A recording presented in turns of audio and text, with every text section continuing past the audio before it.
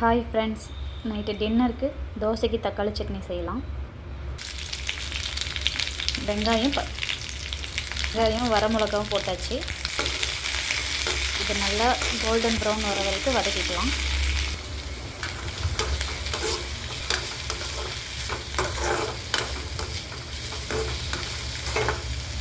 வெங்காயத்தை கூடவே கருவேப்பிலை கொத்தமல்லி போட்டுட்டா டேஸ்ட் இன்னும் நல்லாயிருக்கும்.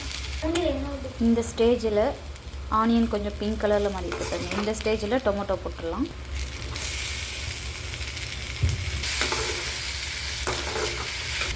இது கூட உப்பு கொஞ்சம் ஆட் பண்ணிக்கலாம். டொமேட்டோ நல்லாவே வெந்துடுச்சு. இப்போ இந்த ஸ்டேஜில் கேஸ் ஆஃப் பண்ணிவிட்டு நல்லா ரூம் டெம்பரேச்சர் வந்த பிறகு நம்ம மிக்சியில் போட்டு அரைச்சிக்கலாம்.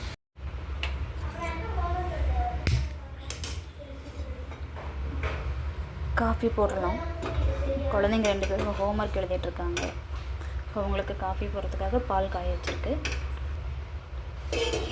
பால் ஹீட் ஆகட்டும். இப்போ நம்ம வதக்கி வச்ச வெங்காயம் தக்காளி எல்லாமே ஆறிடுச்சு. இப்போ இதை மிக்சிக்கு ட்ரான்ஸ்ஃபர் பண்ணிடலாம்.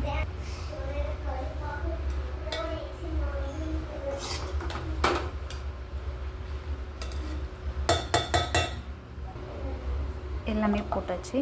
இப்போ அரைச்சி எடுத்துகிட்டு வந்துடலாம். இந்த பேஸ்ட் மாதிரி அரைச்சிக்கிட்ட இதில் பாருங்கள், கருவேப்பிலை கொத்தமல்லி போட்டது லைட்டாக தெரியுதுங்களா? இது கொஞ்சம் டேஸ்ட்டாக இருக்கும்.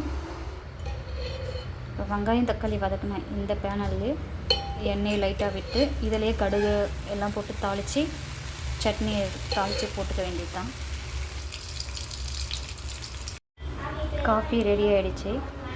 ஈவினிங் வந்ததுலேருந்து அவங்க டீ குடிக்காதால அவங்களுக்கு குவான்டிட்டி கம்மியாக கொடுத்துருக்கேன். ஏன்னா ஒரு 8-8:30க்கு அவங்க டிஃபன் சாப்பிடணும் இல்லையா, அதனால தான். சட்னி ரெடி ஆகிடுச்சு.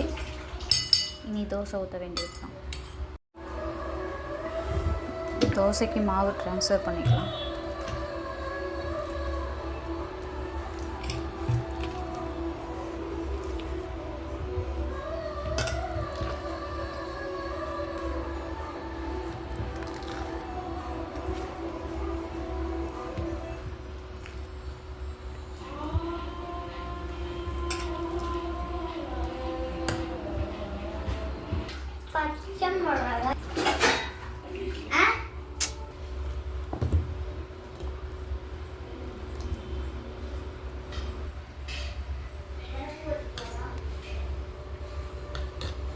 தோசை மாவு கரைச்சாச்சு. குழந்தைங்களுக்கும் எங்களுக்கும் தான். என்னென்ன என் வீட்டுக்கு தோசைன்னாவே செட் ஆகாது. 2க்கு மேலே சாப்பிட மாட்டார். என்ன டேஸ்ட்டான சட்னி சாம்பார் இருந்தாலுமே அவருக்கு தோசைன்னா 2 தான், அதுக்கு மேலே சாப்பிட மாட்டார். இட்லின்னா 4 அதை கூட சாப்பிட்ருவாரு. ஆனால் தோசைன்னா செட் ஆகாது. கூட ஆம்லேட் போட்டுக்க போகிறோம். முட்டையும் சால்ட்டும் போட்டாச்சு. நல்லா இதை மிக்ஸ் பண்ணிவிட்டு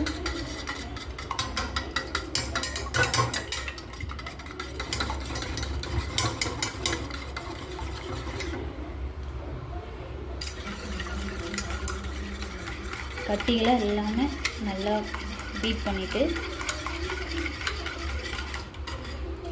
ஆனியன், க்ரீன் சில்லி,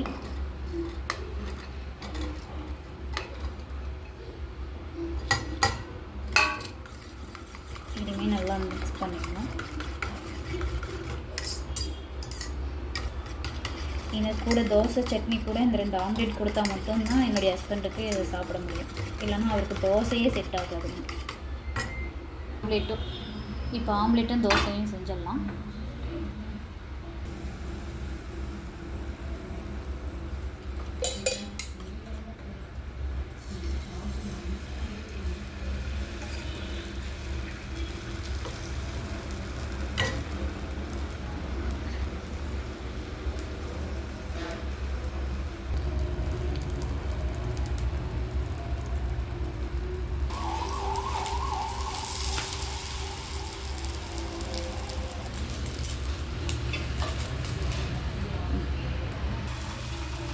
ரெண்டாவது ஆம்லேட் ஊற்றியாச்சு. இதுக்கப்புறம் தோசை ஊற்றி பசங்களுக்கு கொடுக்க வேண்டியது தான்.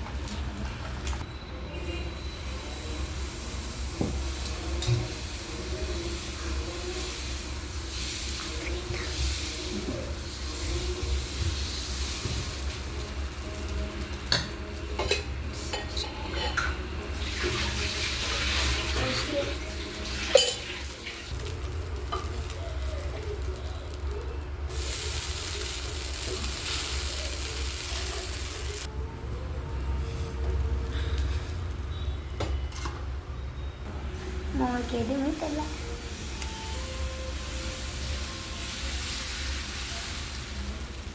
ரெண்டு பேருக்குமே இப்போ தோசை ஊற்றியாச்சு.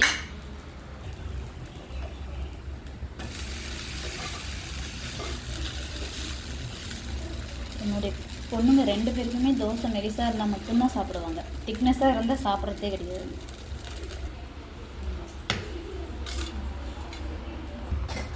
அவ்வளோதான் ஃப்ரெண்ட்ஸ், சாப்பாடு ரெடி ஆயிடுச்சு. குழந்தைங்க ரெண்டு பேருக்கும் டின்னரை கொடுத்துட்டா சாப்பிட்டுட்டு தூங்கிடுவாங்க. ஓகே ஃப்ரெண்ட்ஸ், இதோட வீடியோவை எண்டுக்கு வந்தாச்சு. எல்லாருக்கும் வீடியோ பிடிச்சிருந்தால் லைக் பண்ணுங்கள், ஷேர் பண்ணுங்கள், கமெண்ட் பண்ணுங்கள். மறக்காமல் சப்ஸ்கிரைப் பண்ணிவிடுங்க.